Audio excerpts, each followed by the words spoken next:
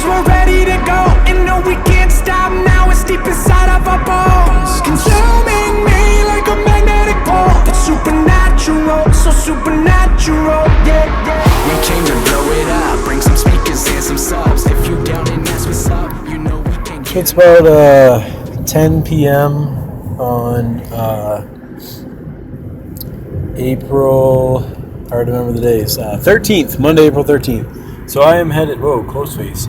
I am headed to Aurora, Colorado, April 15th, and shit's real. Usually I try and get a little ahead on my podcast. Today I'm behind to the point where tomorrow's episode I still have not recorded. Here it is, 10 p.m. Mountain Time. East Coast time's a couple hours ahead. So either going to, I'll be recording at 1 in the morning or something, or I will air an old episode, or I will just air an episode tomorrow, whenever I get a chance, sometime later today. The funny part is, so I'm going to train now. Last 2 days I've been off from training. It's just a weird thing, unlike any other time in my life. People always talk about, and I've been one of them, like there's no excuse, there's always time to train. People make all the excuses in the world, and of course that's true. And I'm not trying to say that my situation is so special, or that just because I say so that it means that I don't have to train or whatever. But obviously, as you can tell in my voice, it's not a matter of I don't want to train. It's fucking hey, I want to train. This is what I do. And just with the path I've chosen, starting up a business and largely being solo, largely only having the means to be solo, unfortunately, sometimes it's just really not an option. It's not a matter. There's definitely times where you have to stop and be like, dude, come on, that can wait till tomorrow, whatever the business related thing is, you know what I mean? You're just yeah, dude, that can wait till tomorrow. And you learn how to balance it all. But there's sometimes, I tell you, getting ready to leave for trips and stuff like this, between getting orders out, getting stuff to sponsored athletes out, getting all my inventory ready to take with me on the trip, getting additional inventory ready for that, shipping stuff, podcast, getting ready to launch new products, getting stuff back in stock with a retailer. I mean, just so much stuff, building a shed. I mean, just on and on and on, that it's just, for the first time in my life, sometimes you're literally just how am I supposed to train? I could literally not sleep for probably 5 to 10 days straight, and I bet you I would still be nowhere close to caught up. It just, fat face, right, from not sleeping. But it just is what it is, and it's weird. You have to balance. Sometimes, you want to get angry and pissed, what the fuck, I want to train, do I even lift, right? My whole company, my whole, everything is based around, fitness, bodybuilding, powerlifting, whatever, do I even lift type mentality. But every once in a while, you got to be dude, talk about blessed, you get the opportunity to, share your own podcast and invent your own products and, slowly, not quite yet, but, make your living doing that. And, what more can you ask for? Sure, it's a little tricky coordinating as it gets started and while you scale up and try and get help and all that good stuff. But, there would be a lot worse things. You could be hating the crap out of your job like you did before, absolutely miserable every day. And sure, you get to train, but you're so just down on life that training blows, even though you have all the means and ability and time to do it. This is talking about me, about a little over a year ago when I was still at my old job. So I don't know. And I guess one take home I do want to make is I think in general, what I'm doing now, this can be taken too far, right? To where it's dude, eventually you got to find a way to fit in training. And obviously as we do this, I'm pulling into the gym right now.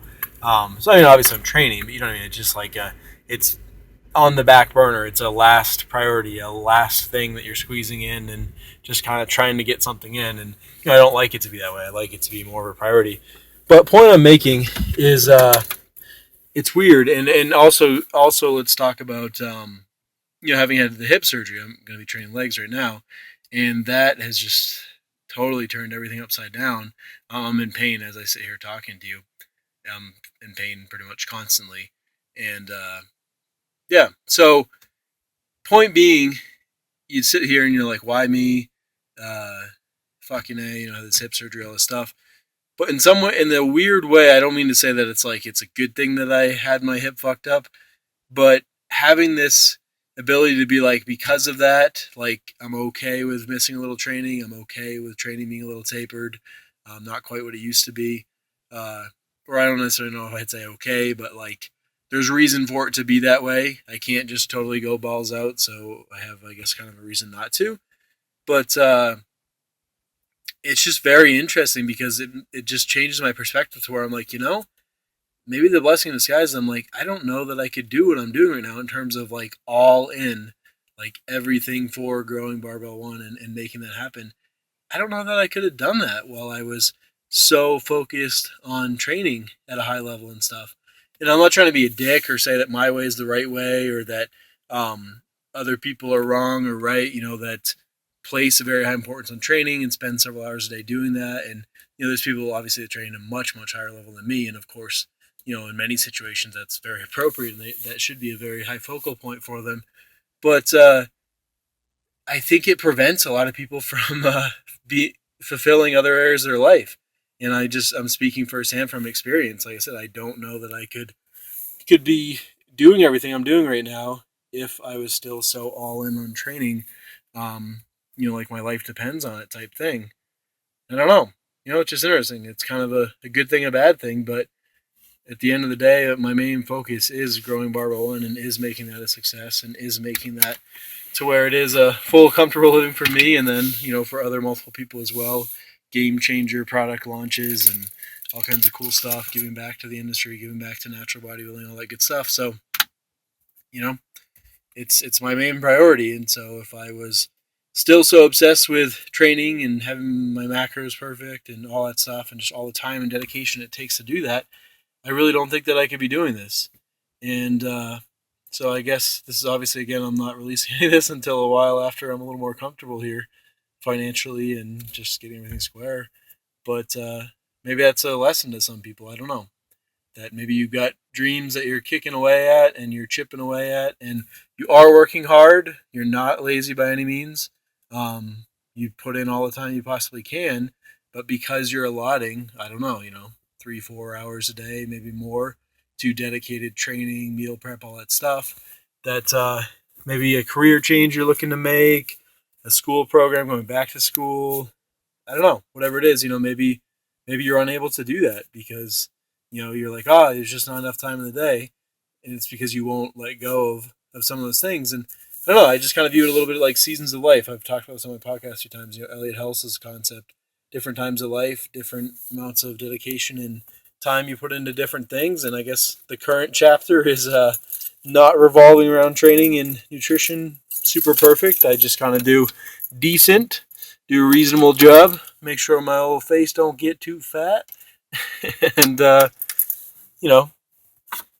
just a different chapter. So anyways, I'm going to go train legs. Usually I like to do my hip mobility in the morning because that sets me up for a relatively comfortable day on the hip. I have not gotten to do that today.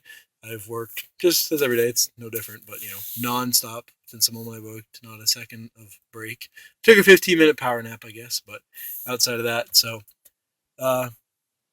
yeah. So I'm going to do the best I can. Obviously, I know some of the pain will go away once I loosen my hip up, and then do what I can with the legs. Probably a little over 3 plates on the safety bar squat, which will be nice, getting back into that. Again, it's really not that hard, but the hip just doesn't like me. It kind of bites and hurts the whole time. So I do what I can, guys, and man, that receding hairline is getting pretty gnarly, eh? All right. Peace.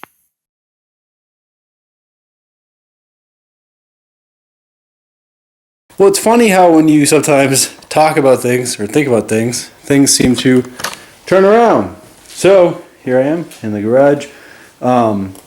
Just knocked out these 40 rollers for Tiger Fitness by myself with these 2 hands.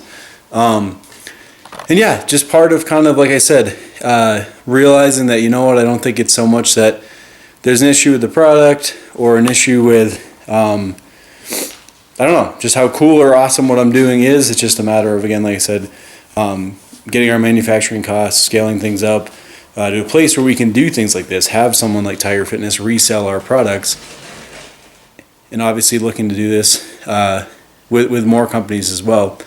And so anyways, I'm going to go ahead and get these just final quality checks and tidy them up just a hair, make sure they look nice and squeaky clean, and go ahead and ship these off to those guys. I'll show you kind of last minute boxing and packaging and how all that jazz works out. So anyways, 40 rollers off Tiger Fitness. So learned the hard way from experience that these boxes end up weighing about 100 pounds when you fill them.